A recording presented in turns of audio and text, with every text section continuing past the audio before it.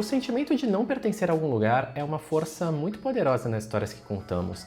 Essa sensação de ter vivido toda a sua vida em um mesmo lugar e ainda não se sentir parte dele, geralmente é o que move o protagonista a dar o primeiro passo para fora de sua casa, sua cidade, seu vilarejo. Essa ideia se tornou até um pouco previsível após Campbell e Vogler popularizarem a jornada do herói. O herói sente que o mundo comum é insuficiente para ele, então ele parte para o mundo especial. E faz bastante sentido as histórias explorarem esse sentimento. Afinal, todo mundo já teve na vida essa sensação de não pertencimento. Só que na ficção, uma vez que a história acaba, caso tenha um final feliz, geralmente o protagonista se sente parte daquele lugar novamente. Em nossas vidas, nós não chegamos em um certo ponto e nos sentimos 100% completos. No máximo, temos breves momentos de clareza antes de voltarmos ao caos desconjuntado da vida real. Alguns artistas, no entanto, escolhem explorar esse tema de forma mais realista, não usando ele apenas como uma força que move o protagonista, mas como um tema central na história. E é por causa dessa semelhança temática que o clássico da ficção científica Os Despossuídos, de Ursula K. Le Guin, e o álbum autobiográfico Roteiro para Inus Volume 3, do rapper cearense Dom L, conseguem transmitir ideias muito semelhantes, apesar de se passarem em mundos um tanto diferentes. Meu nome é Agatha Recouso e aqui no Linhas de Fuga analiso livros, filmes e jogos, buscando gerar discussões e criar novos caminhos a partir das análises dessas obras. Caso você goste e queira ver mais vídeos, não esqueça de deixar seu like e se inscrever. Antes de continuarmos, é importante trazer um pouco de contexto para quem não conhece alguma das duas obras. Os Despossuídos conta a história do físico Chevek, nascido e criado no planeta Anarres. Esse mundo adotou um sistema político-econômico muito próximo do proposto por anarcocomunistas ou anarcossindicalistas.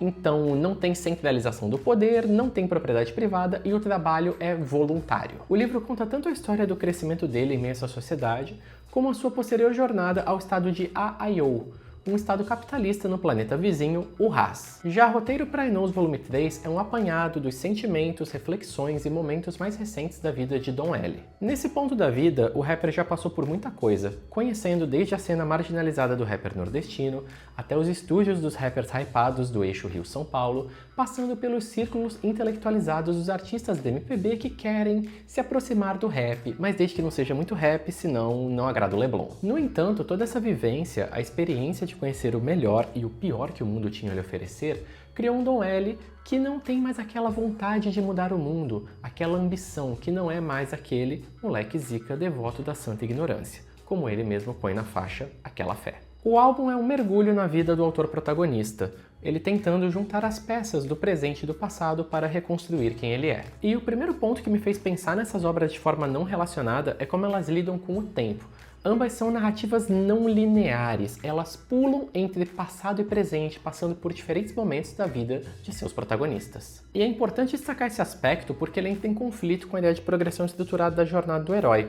Os altos e baixos aqui estão espalhados pelo tempo, pela narrativa inteira, dessa forma não linear.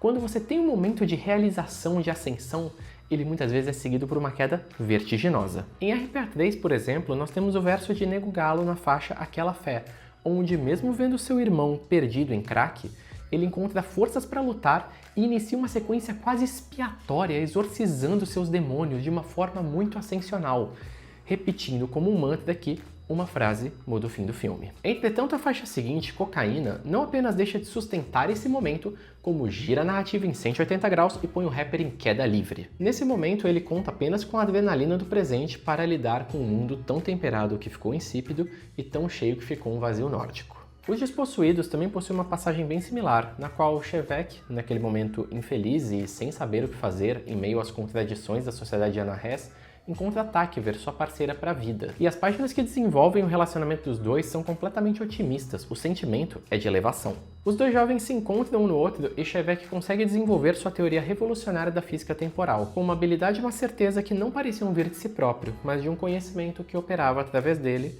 usando como veículo. Porém, essa sequência termina com uma nota triste, com a certeza que aquele sentimento não irá se manter, como o próprio físico diz no fim do capítulo. Quando se vê uma coisa por inteiro, à distância, ela sempre parece bonita. Planetas, vidas... Mas de perto, o mundo é feito todo de terra e pedras. E dia após dia, a vida é um trabalho árduo. Você se cansa, perde a perspectiva. E esse mundo de terra e pedras é outro elemento que conecta essas duas histórias.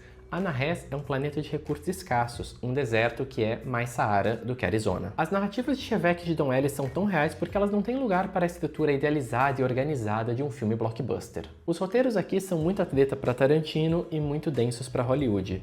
Os Despossuídos, assim como o álbum de Don L, talvez seja um roteiro melhor para o cineasta cearense Karim Ainous. São dramas que mostram o cansaço, a dor e a solidão de protagonistas que até se permitem sonhar, mas na maior parte do tempo só estão tentando viver em um ambiente que não consegue abrigar esses sonhos. A realização dessa incompatibilidade também é um ponto central nessas duas narrativas.